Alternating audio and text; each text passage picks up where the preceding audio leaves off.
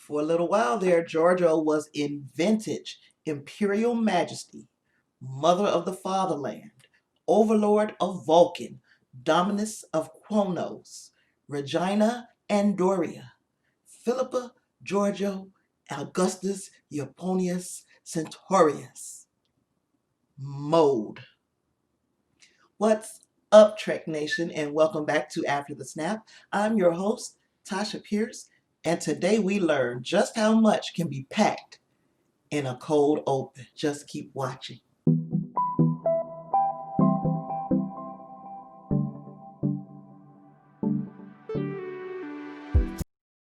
After receiving a message from Book, Georgiou and Burnham embark on a rogue mission to find him, leaving Saru to pick up the pieces with the Admiral.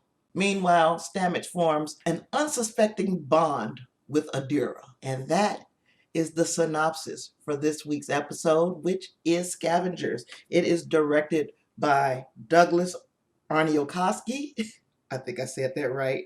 And written by Ann Cofield Saunders, who also did some writing on The Boys, another show that I love. And my t-shirt today is repping my favorite podcast network, the Discussing Network. They have something for every kind of geek.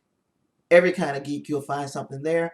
You can find them wherever podcasts are served. So big up, guys. What's happening? Now let's talk about Disco getting some upgrades, some much needed upgrades. They got programmable matter interfaces, detached nacelles.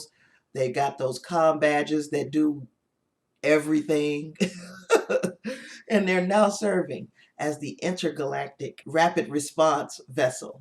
I guess kind of like a EMT. And everyone seems to be just completely in awe of all of these new retrofits, except for Detmer. Linus is loving his new site-to-site transporter, as many comical moments with him in this episode, and I'm glad we're seeing far more of Linus, and I hope we get more of him as the season goes on. We catch up with Saru in the captain's briefing, and we are finding out that these few Starfleet captains are being spread extremely thin, and they could use a whole heck of a lot more spore drives in Starfleet. But of course, we've only got the one, and that means that Discovery needs to stay close to headquarters in case something extremely urgent happens, so that Admiral Vance will have his quickest ship available to make the jump. We are learning also that Osyraa and the Emerald Chain are being referenced again as causing trouble in the galaxy. So we know eventually we're going to meet Osyraa. After the captain's briefing, we find Saru and Burnham listening to Book's message regarding the black box. Now, once Book mentioned the Emerald Chain, I thought Saru would at least mention this mission to the Admiral, see what he has to say, run it across his desk, but no. Saru made the executive decision to have Burnham stay put, and he was well within his rights to do so. But he just stood shoulder to shoulder with the Admiral and all these captains, and he heard the Admiral say that there was no way in hell he'd allow the Emerald Chain to get whatever it is that they were after. So maybe, just maybe, Saru should have at least mentioned it to Admiral Vance. I'm just saying. We all knew that Burnham wasn't going to follow Saru's order, right? Right. And then this just keeps happening. It just keeps happening. Now, hell, I'm beginning to think that Burnham would be better at being Section 31 than she is in Starfleet. Speaking of which, the question of whether Georgiou has been compromised is now, how was she compromised?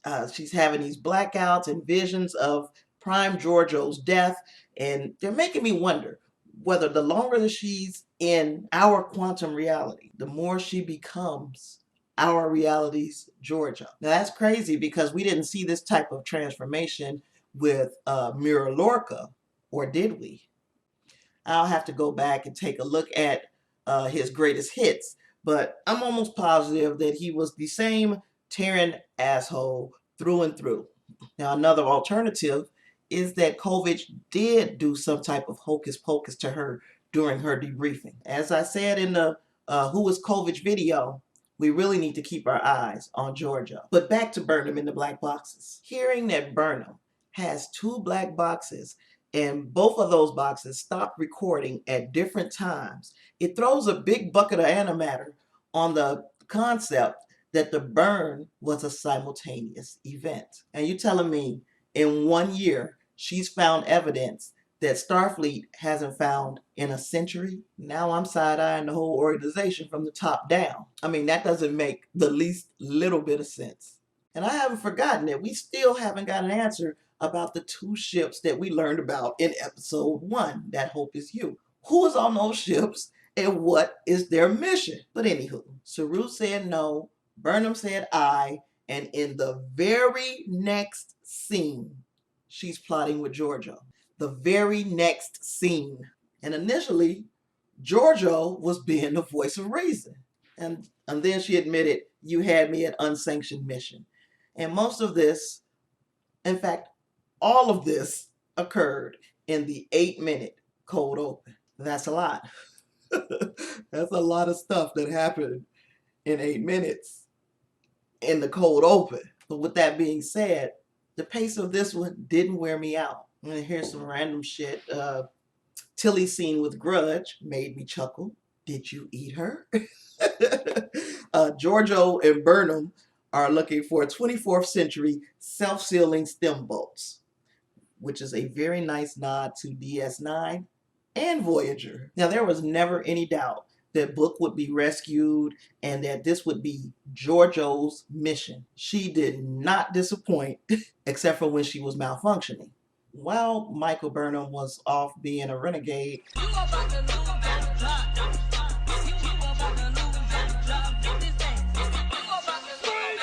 Tilly was actually showing that she's going to be a remarkable first officer.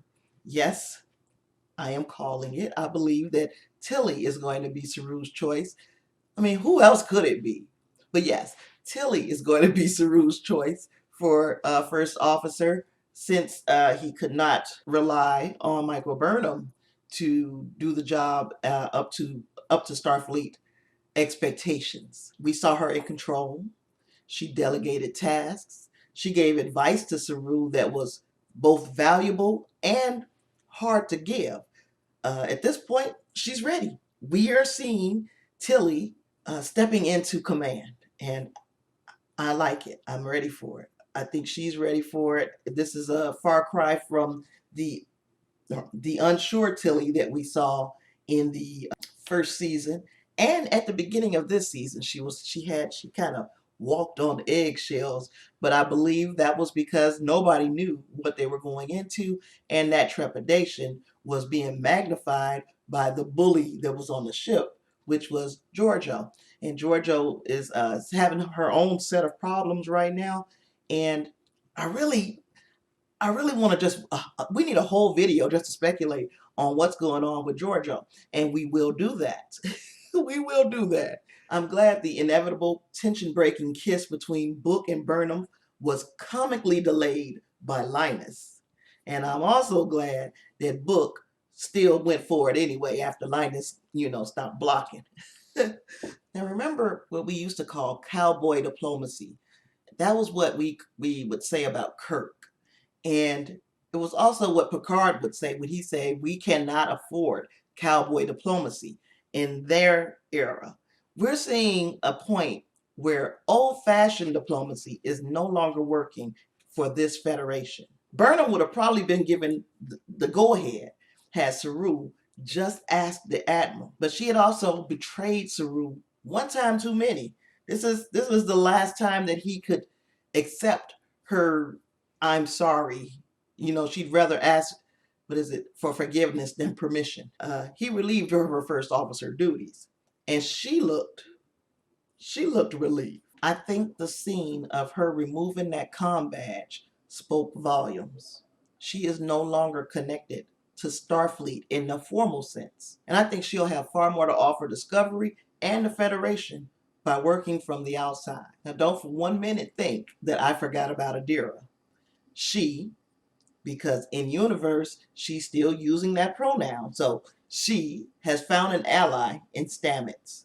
She has also proven to be wise beyond her 16 years. We see her repairing things that she should have absolutely no knowledge of, but it's all explained by the collective knowledge of the host of the symbionts that came before her. So I look forward to seeing her continued growth. The only other matter I'd like to address this week with this very quick synopsis and breakdown of this episode is how many lights do I see for scavengers?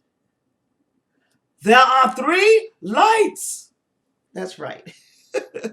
For the second week in a row, I am seeing 3 lights. There's nothing wrong with this episode. This episode was paced well. Actually, if I could give it a half a light, I would. So if I could say 3.5 lights, I would. This was a decent episode. Did what it was supposed to do, which was set up some tension between Saru and Burnham. Actually, did more than set up some tension. Now it's setting up tension between Burnham and the entire Starfleet organization. Is she going to just be the chief science officer, or is she about to go rogue, completely rogue? She got Book there. Book is like, he's the yin to her yang. He's the motor that has driven her across the galaxy for a whole year. So I think, now that they've got their little thing kind of solidified, that this might be when we say a temporary goodbye to Michael Burnham. But we shall see. I'm looking forward to seeing what happens next week. Now, next week, it looks like we're catching up with the Vulcans. And I'll be covering TNG's Unification Part 1 and 2 on Sunday to remind us what this was all about. And now Friday, we'll discuss Unification Part 3. If you're enjoying my content, I invite you to subscribe to my tribe.